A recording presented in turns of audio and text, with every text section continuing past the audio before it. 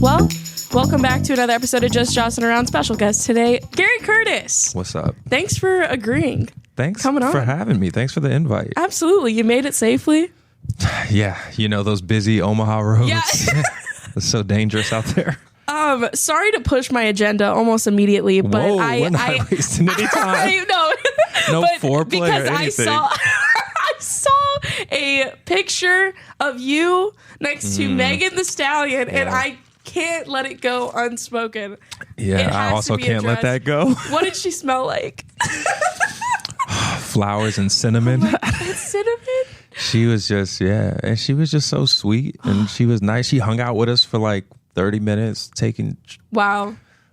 I don't know. It was a nice She drank with us. Oh. I mean, you got to see, after, when we get off this, I'll show you the video of her approaching our table, and you're just like, this person isn't human. No, yeah, she's not. I look She's at her, not human at all. She's so perfect. Yeah, she's Like, just a godly, yes, heavenly being that just floated over to our table. Yes. And then took tequila shots with us. That's amazing. How did you end up in that situation in general? So it was the SNL after party. Yes, it was every lesbian and bisexual's dream because it was Renee Rapp and Jacob Elordi. Yeah. And my sister was there. My sister is very gay. And and she brought her very gay friend, and they were just like, couldn't believe it. She was like, the white lesbians are blowing up my DMs right now. But it was dope. My friend, so I'm friends with Punky Johnson, who is a cast member on SNL, and I just know her from doing comedy in LA, and she used to work at the Comedy Store. And so one of my other really good friends was good friends with her first, and then through her, we just ended up hanging out a lot. She used to like work at the back bar, which is like the private bar for the comedians and like the celebrity guests. And so I used to just sit back there with her until 2 a.m. sometimes after sets and just hang out, talk, and drink. And now she's on SNL, and we're hanging out and drinking with Megan Thee Stallion. That's sick as hell. And that kind of leads me to where I just wanted to know, like, how you got to this point. Because, I mean, I've met you doing comedy in Nebraska, but I know that there's so much more that you do outside of here. So just kind of, I don't know, walk us through where you started, I guess. Yeah, it's been a long journey. So I started actually as a young boy in New Jersey growing up. New Jersey, because you wear the Devils. You wear the Devils. I got a Devils hockey fan. jersey. Yeah. So, are you? I am a Pens fan, yes. Okay, that's cool, because I guess we'll get there. I grew up in New Jersey, and I used to love stand-up comedy. I mean, I was a huge Will Smith fan, too. I used to call myself the Fresh Prince of wherever I was. And then I used to fall asleep watching stand-up comedy at night, and I just fell in love with it. And then when I got to school, so I went to the University of Pittsburgh, which was why I was like, I'll get to the Pens. Yeah. Nice. So I'm a Steelers fan. Yes. And there I saw the Pens, win a cup, and I saw the Steelers win a Super Bowl. Yep. But while I was there, I was actually working in banking. I have a finance degree, which is why I was late today. We had a last-minute finance meeting. But yeah, I was working in banking, and I was miserable. Between like a terrible relationship and then hating my job, I was like, I got to get out of here. Yeah. But like I was a party promoter all through college, and like interesting. That was how I made money through college. And then from like party promoting, people used to ask me to host events, and they'd be like, hey, can you host this fashion show? Can you host this dance battle? Can you host anything? And so I ended up hosting events, and I would be on stage in front of larger crowds than any stand-up comedy crowd that we play. But I would be making like an entire theater laugh, and I'd be like, this is the best feeling in the world. I was like, this is the highest of highs. And one day, I remember it was the last thing I hosted. It was like the step show. It was the city step show, and it was, I wish I remembered how many people in there. It was at least 1,300, but I think it was more than that. This was still in Pittsburgh too, right? Yeah, this is when I was in Pittsburgh, and I was still working a banking job, and I went there the next day, and the security guard was like, what are you doing here? And I was like, I got work like everybody else. She was like, I saw you on that stage last night. That is what you're meant to do. Why are you here? And I was like, you know what? You're right. Yeah. And so then I had some friends who were in LA. They moved to LA for music. I always had like thought about pursuing comedy, but I was like, I didn't know anybody that did comedy. Nobody in my family did comedy. Like, I had no ends. I was in Pittsburgh. That wasn't a big comedy scene. And so I called up my boys who lived in LA and talked about it. And they were like, it's not too late. You can come. I was like, what? You think so? And I was like 24, I think, at the time. And they were like, dude, you could still come to LA and start comedy. I was like, you sure? You're like, you don't think it's too late? They're like, dude, you can move here and be the Black Ryan Gosling. And I was like, you're right. Like the sound of it, I'm funnier than him. I could do this. And so I visited LA one time. And I was like, why would anybody not want to live here? Yeah. And so I immediately like fell in love with it, fell in love with the stand-up comedy scene. And then I was on the grind out there. I moved out there, didn't have a job for a few months, was just hitting open mics left and right, meeting people. And, you know, one thing led to another. Got agents. I booked like some commercials while I was out there. And the crazy part was I was out there for almost 9 years. That is a chunk of time. Plenty of auditions. Yeah. Never booked anything. I had 2 TV roles that I booked. Literally didn't book those 2 TV roles until I was in Nebraska during the pandemic. That's crazy. Because all the auditions were able to be done from home. And that was like the question I had, because I mean, I did my research, but I appreciate that. Yeah, of course. But no, I had saw those roles and I was like, I wonder like how you manage that. Cause I mean, you have a family, you live in the Midwest. Like I was like, how it feels like Hannah Montana double life. Like, how do you do that? I mean, it's a lot easier because of the pandemic and now everything being from home. So, you know, I could do an audition like once remote. My son goes to sleep, everything, at least for the most part, you know, the smaller stuff that I'm doing or that I've done so far has been able to be done from home. And and my lady loves reading lines with me. She'd be like, did they ask about me? Like every time we sit in an audition, she's like, are you sure? Did they want to book me? Do they need someone else to come? Yeah. Did they ask about the person reading off screen? I'm like, no, not yet, babe. But I'm sure they thought about it. One day they'll have that spot. Yeah. I noticed so there was like 2 of that I watched was you had a spot in like one of the newer reboot of like iCarly. Yep. You got big iCarly fans over here. So oh, do we? We got big iCarly. Okay. Yes. Cool. And I'm sorry that this is. Did you meet Miranda Cosgrove? We just said hi in passing. We That's didn't enough. like. It was cool. We were on Zoom for the like table read before the like shooting of before the actual taping, which is funny because I was in my basement in Nebraska on the Zoom with Miranda and the rest of the iCarly cast. Cool. And because that one was still like early in the reboot, so they were bringing back old cast members and stuff for that episode that I was on. And so I was just on the Zoom with everybody. It was like a reunion, and I was like, oh, this is crazy. That's really sick. The other clip that I watched was from the show is SWAT. Which I noticed was like a very more emotional scene, which like you're funny and like, but I was like, damn, like the more like heart wrenching. I was like, that's kind of, I feel like you killed that. And, thank you. I appreciate that. I kind of wanted to ask like, what roles do you find that you like more? Do you like the lighthearted or do you like the more serious roles? I mean, honestly, you know what? I think my dream role would be like a Ryan Reynolds Deadpool type role. Really? Where it's like something, it's action, but he gets to do the comedy. Like he's funny as hell. Yeah. And you get to, because like you said, I mean, I love the action stuff and I love like the emotion of, because that's the real stuff. Like I want people to feel moved. You know what I mean? Like I obviously love making people laugh, but like, I'm like if you can make people laugh and you can make them cry, I got complete control of you. I want to control you. I got it from all angles. Yeah, you know what I mean? That's great. No, I like the Deadpool because I was very impressed. I was like, damn, okay. So what like as far as acting, you just kind of threw yourself into that, or like did you take classes? Yeah. How did that go? When I got there, like when I say I used to call myself the Fresh Prince of everything, like that's who I literally wanted to be. Like I loved Will Smith. Right? Up until the slap, he was my guy. He was that guy. Yeah. He was my guy up until the slap. It was how he did everything, right? And so stand-up comedy was what I loved and I knew I could do, but I knew like Will Smith that I wanted to act too. But when I got there, I was like, okay, I'm hitting open mics. I'm like, but I want to act too. I was like, I don't want an acting opportunity to come and me then be like, what's a line? What do you mean hit my mark? You know what I mean?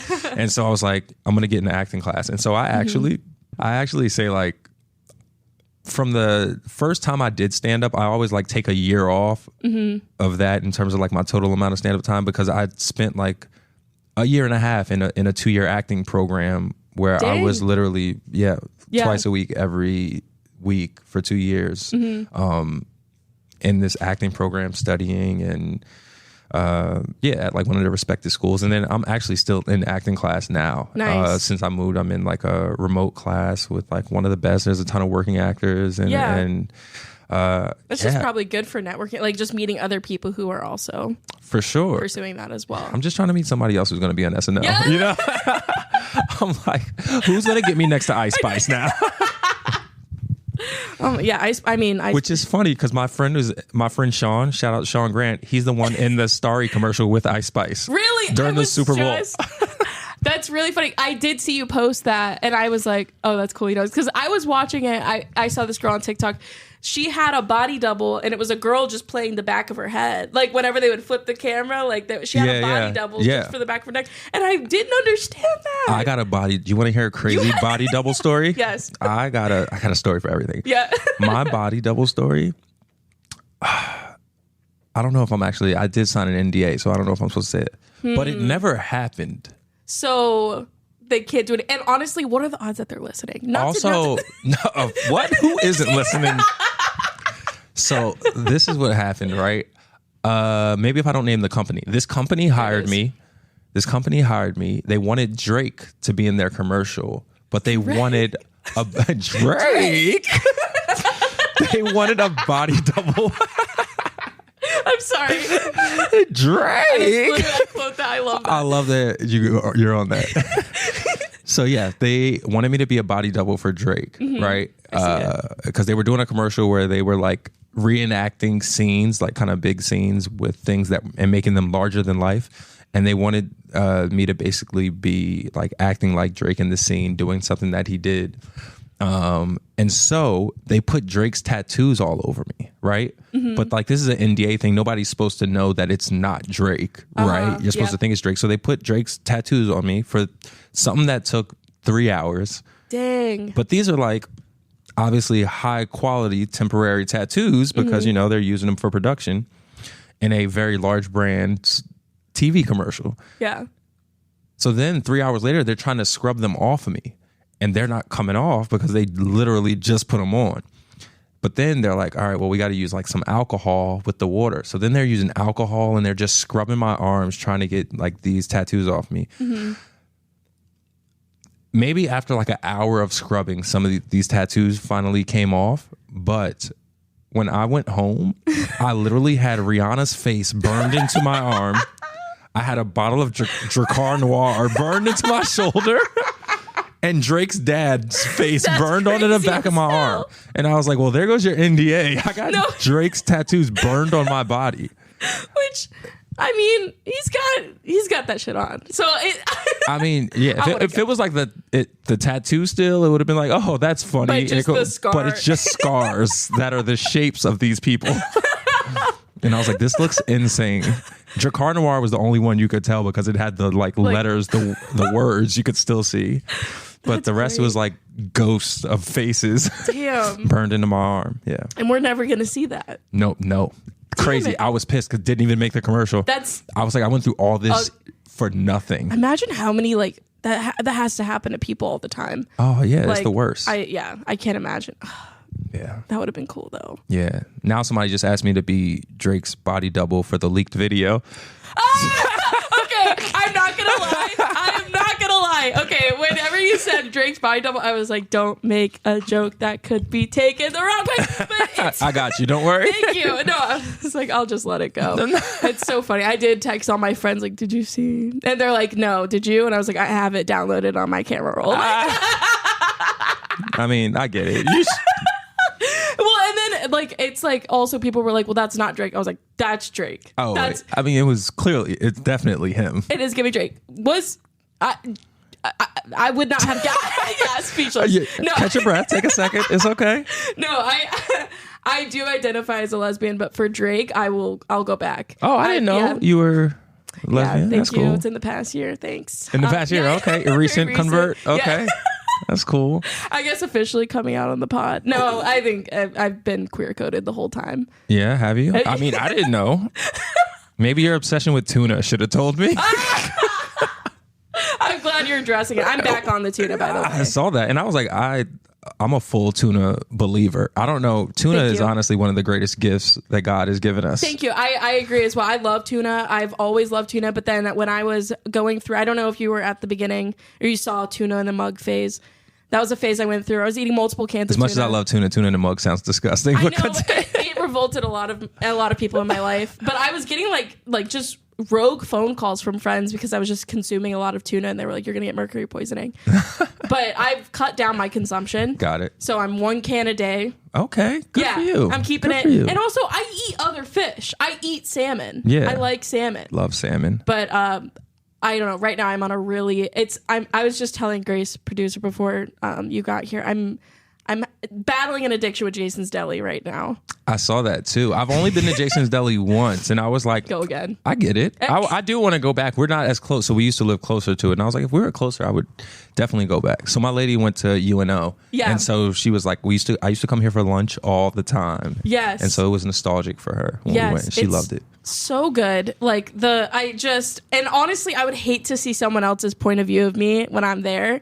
Because when I'm there, I'm unhinged. Like, I know I look insane. Oh, that's hilarious. It doesn't matter. It's phone off. Like, I'm just locked in. Good for you. That's how you should be. You know what I mean? Well, people worry too much about what other people think. No, yeah. Go up to the salad bar 5 times if that's what makes you happy. You know what I mean? Double up on the walnuts. Whatever gets you going. It's at least it's healthy. It's not like it's a pizza bar that you're going up to 10 times. Saying. And like they have all I like the pickled stuff. Like I like pickles. I like the artichokes, all that stuff. Olives, all of it. And I just fucking douse it on the salad. It's great. I'm thinking about it right now. I'm probably gonna go after this. Okay, you know what I'm thinking about right now? I'm going back to you recently converting. Yes. Have you talked about this on the podcast? Yeah, let's talk about it. That's fun. What how'd you know? I mean, I've been like, I was like bi for a while because I was like dating guys, but I was also like hooking up with girls. And then did the guys know this or no? I mean, I would tell, I wasn't like cheating on a guy with a girl, but I would go into like my relationships being like, and I like girls too. And they're like, cool. Yeah, I know. Guys are disgusting. They're like, yeah, that's cool. Invite them. No. Yeah. But yeah. I mean. But I think it was within the last year. Well, up until the last year. Who turned you? What's her name? What's her name? Okay, definitely. All right, a 1739 Market. You gonna bleep this? Yeah, we could just bleep. I knew it. I knew it. I know you knew it. I knew it. And I was like, you knew it. And that was like literally the fact that I didn't even know you liked girls, and I thought that. If I knew you liked girls, I would have been like, clocked it. It's easily clockable. Yeah, no, that's crazy. Good for you. Yeah, no, I'm having a really good time. Good for you, as you should. That's so funny. Let's write this. I know this is a mess. Look at you. You're getting hot. I know. I'm flustered. But yeah, I think everyone in my life just kind of knew. They knew. Yeah, because I would go out with even friends in comedy, but I was still wasn't out yet. We'd be out and they'd be like, Joslyne, look at that girl. They would, Oh, they would point girls out to you instead of dudes? Yes. Yeah, that's not normal. No. Not normal at all. But it's like when I finally some of my close friends that are guys, I came out to them, they're like, I mean, the closet was made of glass. Yeah. That was how it was when my sister came out to me. And she was like, she called me, and I was like in college at this point, and she called me one night. She was like, "Hey, I just want you to know that I'm gay." I was like, "Oh, what you call me for?" That's crazy. Yeah, we know. What you mean? Yeah. She was like, well, I just told Nana. I was like, oh, okay, well, that's different. That's different. Yeah. She's like, yeah, I told Nana. I was like, yeah, I mean, I think we all knew. I mean, maybe Nana didn't. I don't know. You know? I was like, yeah, you've been having sleepover with this one girl for a lot more. I don't think girls have these intimate sleepovers like you do. And kind of picked up on it a while ago. My sister was playing basketball, and it was like, okay, the girl she was hanging out with, I was like, you know, like, it's not like, yeah. I don't think y'all are hanging out because you two love the same similar things. Interests, yeah. Well, technically, but yeah, you do have one thing that you're interested in, but that's funny. Yeah. It was, I mean, I feel like there weren't signs except for just like the people that I was attracted to. Also, I like my family, like, no, like, it's also one of those things where like, yeah, they're like, we get it. But yeah, it's the older relatives that probably have not received the news yet, where I'm like, we don't have, they're not, it doesn't matter for them. Yeah. And if like, you just invite them to the wedding. Exactly. You'd be like, it's me and boop. Yeah. And just bleep I'll it just out. edit it for you. No, thank you. Gosh, that's so funny. This was how I had Rachel on like last Friday, and I mean, we just could not stop saying names. Yeah. And I was like, God, I have to go back and go through that, but it's fine. It's for the love of the game. I'm happy to be here. Yeah, this is dope. Welcome to Hurrdat. Welcome to Hurrdat. We up here at Hurrdat. I just love that name. I love it too.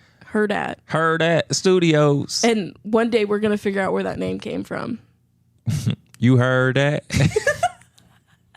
You're putting like a southern drawl on it. Well, I feel like you can't say it without sounding a little. It's spelled Hurrdat. Yeah. If you say like Hurrdat, it's a E. You know what I mean? You gotta Hurrdat. You know what I mean? I'll stop.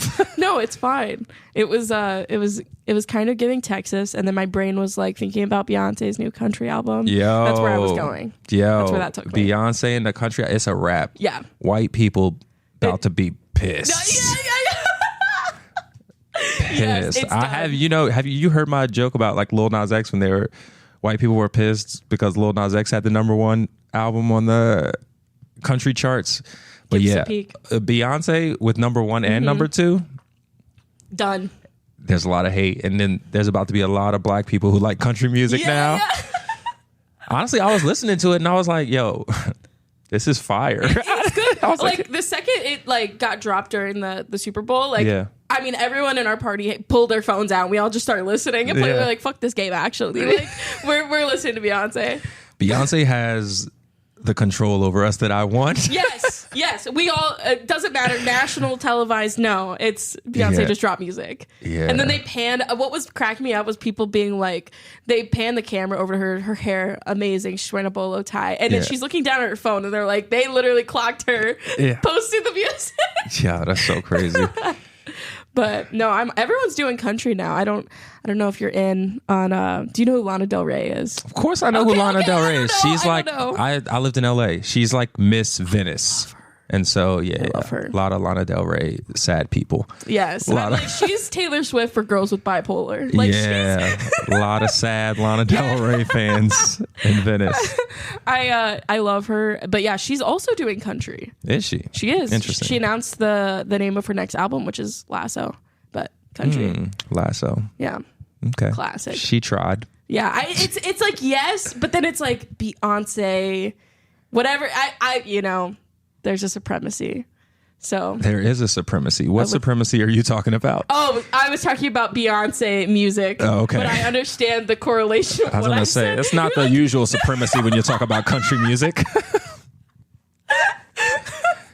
I think saying, the other supremacy is going to have a problem with Beyonce's country album. Cut that out. But that's great. I don't think it gets more supreme than Beyonce. It doesn't. This is we had Cameron Logsdon on, and anytime Cameron's been on, the conversation, I mean, we end up spending a good portion talking about Beyonce. Yeah, that's hilarious. It's really fun because it's just like, also, I don't think that you find a lot of, and I'm going to say specifically men in comedy with just passion for Beyonce. Yeah, I mean, that makes sense. And so when you find it, it's rare and you have to. I tried to convince everybody. I went to my lady's like high school reunion, and it was the night before. It was a few months ago, and it was the night before she was performing in Kansas City. I literally had everybody at the bar looking at tickets, trying to convince a group of people to drive down to see her in Kansas City. Valid. I was just like, have you ever seen her live? No. So I'm a huge Jay-Z fan. And we saw the Run the World 2 tour with Jay-Z and Beyonce. That's crazy. And at the Rose Bowl in Pasadena. And it was life-changing. Yeah, that sounds spiritual. And I was just like, I also want to see her again. And because you saw the production, you saw everybody. Like, I was like, I feel like I want to see this. I mean, I feel like as a performer, you draw inspiration and you get, and I feel like that's something I would have seen and I would have went home and just started writing.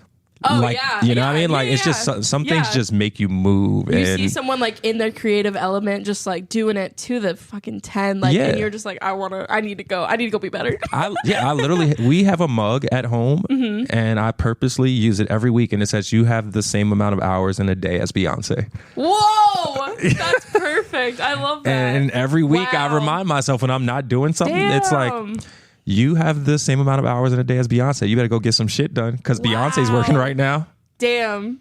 God, I did nothing yesterday. Yeah, it's fine. I was going to say I'm sure Beyonce has days where she does nothing, but I don't think that's true. No, there's no way. I don't think so. I don't think that you run the world taking days off. No, you got to be on your shit. Maybe she takes like 1 day off, 2 days off a year. Yeah. I'll give her 2. Yeah. She probably takes off Christmas. You know who's not taking days off and it's showing? And I mean, we've already brought her up, but Megan Thee Stallion. I do watch. You see her in the gym?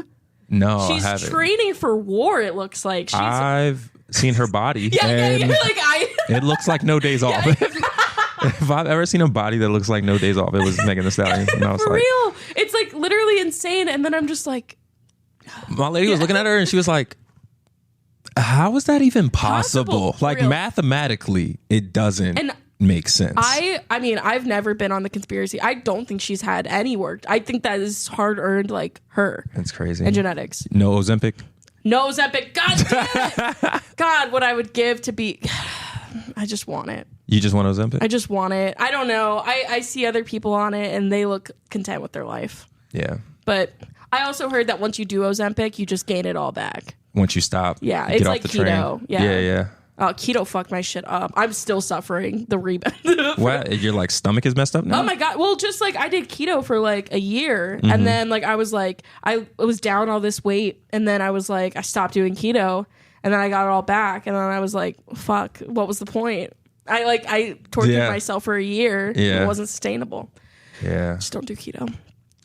I won't. Okay. Yeah. No, I don't know. It's actually so bad for you. And the diet's not even meant really for regular people. Honestly, I don't even know what keto. I have an idea of it, but it sounds way too scientific. It's just no carbs or very extremely low carb, like less than 25 grams of carbs a day. Yeah. And were you miserable? Like, did you find yourself more irritable? I did, but I looked fucking great. Yeah. Like the skin, 10, body, great. Not Megan Thee Stallion, but better. And but it's okay. I think just, balance is what's necessary. Balance, but keto is God. I'm just thinking keto Joslyne. No, I can't do it. I'm trying to think if I've ever done a diet that I've stuck to for more than no. Have you ever felt pressure to do a diet or any kind of just alter of your diet, I guess, for roles or that would whip me into shape. If I was going to be on something oh yeah, I would for be sure. Like, oh shit. Yeah. The week that I booked SWAT. Yeah. I mean, the month leading up to it, I was in the gym heavy, up, and I'm in layers of clothes. You see nothing on me, but I feel like I look decent, I look strong, and and also a leading just man. The feeling too. Oh right? yeah, you feel great, and so that's the thing. I feel like just because luckily genetically I am naturally thin, but that's actually I'm the opposite. I've always wanted to be bigger. I wanted to be more muscular, stronger. You know what I mean? And so I, especially living in LA and being around all the actors and stuff and going to the gym, I felt the pressure to I need to be in the gym 4 days a week at least. I felt that pressure. I don't feel it as much here in Omaha. I don't feel the pressure. I mean, goddamn. Seriously, Omaha will make you feel good about. I would not emotionally last a second in LA. There's just. Oh God, no. I'm okay with being. What's Rachel Ware's joke where she's like, I'm like a Midwest 10 and a LA man. LA man, that's hilarious. Yeah, it's such a good joke, but it's also that's probably how I. The LA feel. men are also beautiful and well chiseled. I mean, yeah, I definitely you feel the pressure in LA, and it's like, but it's like the weird thing about you talked about fitting a role. Yeah, it's you either fit a role, you are the muscular leading person or thin leading person, or you're the fat funny friend. Yeah. And like my acting teacher used to tell me, she was like, you can't be in between. You need to pick a side and you need to lean into it. She was like, there are no middle of the road roles. Wow. You know what I mean? Yeah. I mean, think about it. If you're playing a role, you need to be and lean into that role. Yeah. And they're like, middle of the road isn't a role. No, I want more mid-looking actors.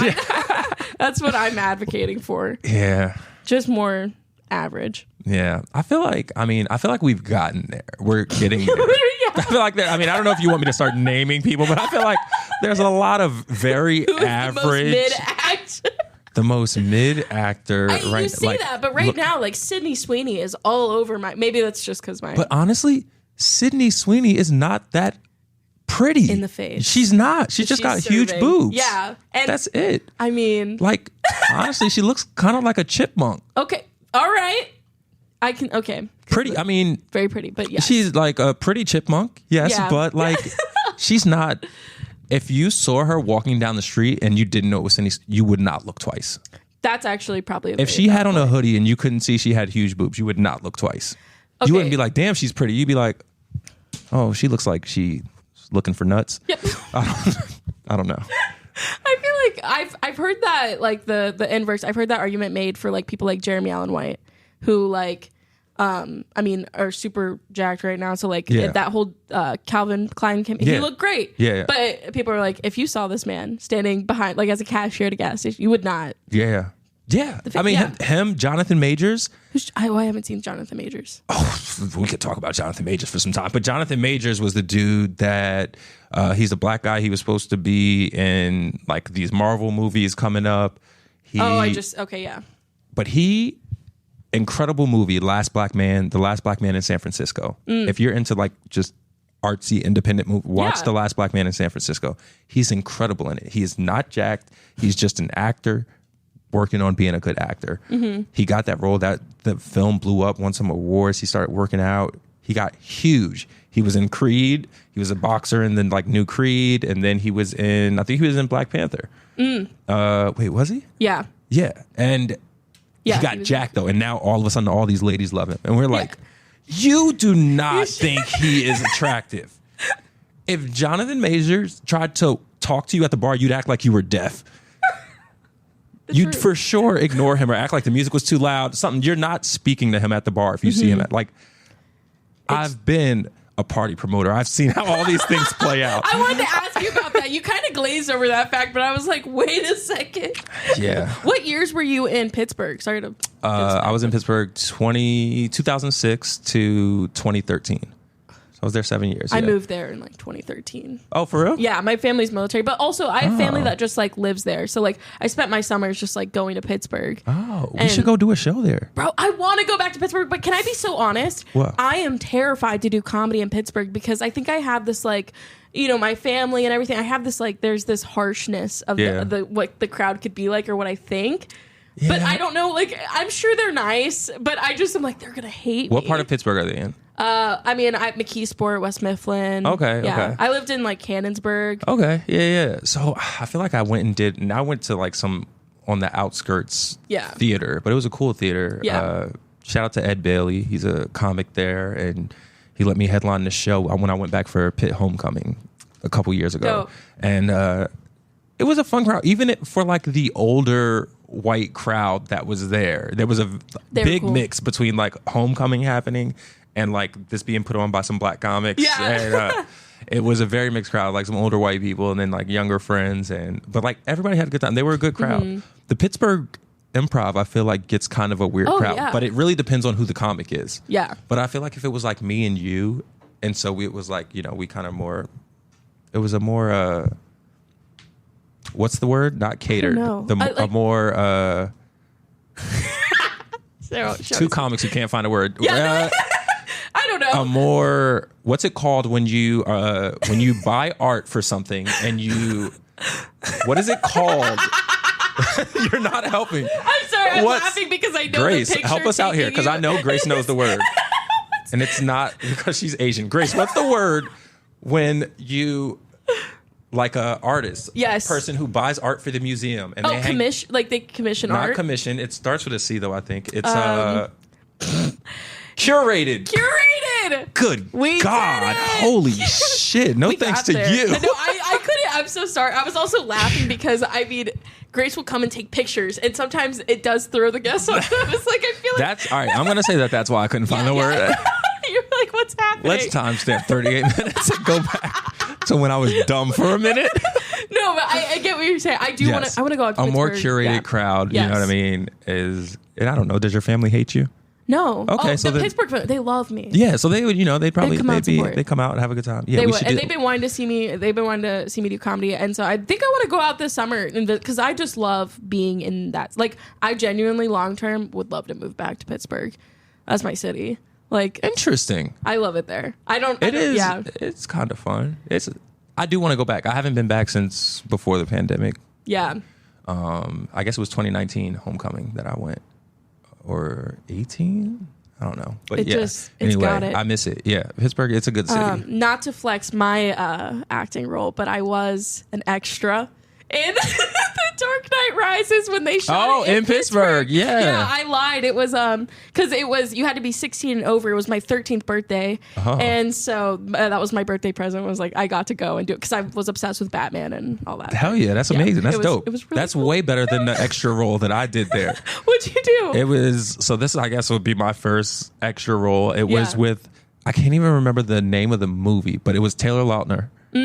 And is it Lily Collins? Yeah. Were the two leads. And I was trying to think, is this the same movie? Oh, I think I was in a different one with Jake Gyllenhaal. But this one... Southpaw was that shot in Pitt? No. This was the one when he was selling pharmaceuticals. Okay. With Anne Hathaway. Okay. I forget the name of it, but whatever. And the cool thing was John Singleton, rest in peace. John Singleton is like great, director. He was directing that movie and we happened to be in the same fraternity. And so like I'm with the extras and we're like filing into PNC Park and just John Singleton is off to the side and me and my frat brother who was like a real actor saw him and we like threw up our fraternity sign and he was like, "Oh, come here." And then all the extras are like, "Sick. Who the hell are these dudes?" Yeah. Chilling with the director. And so that was part of the reason I felt like I was like kind of hesitant about moving to LA to like become an actor too. So I was at Pitt, and then I had a frat brother at Point Park University, which is like, it's a literally theater school, art school, and then Carnegie Mellon, which is like one of the top drama schools in the country. And they're studying theater and acting. And I'm like, who the hell am I to like just stop playing intramural basketball and all of a sudden be like, yeah, I'm the Black Ryan Gosling. But it starts up here. That's it. You gotta manifest with your brain. For real. Are you into manifesting? Are you honestly, I don't know what I'm into. I had major psychosis over the summer, and so I spiritually into nothing right now. I'm just trying to get day by day. I will say Grace gave me the wrap it up symbol, so it's about that time. But before we go, if you want to plug your social medias where people can find you and maybe come to one of your shows. Yeah, my social media, everything is at Gary Curtis Funny. Do you have a website? Yeah, it's at GaryBCurtis.com. Dope. GaryBCurtis.com, at Gary Curtis Funny on all the socials. And I can never keep track of my shows. So you got to just look for me to post them on socials. Sounds good. And we will make sure to plug those for the episode as well. Thank you for coming on. Thank you for having me. This was fun. I had a really good time. I'm very excited. Also, thank you, Grace.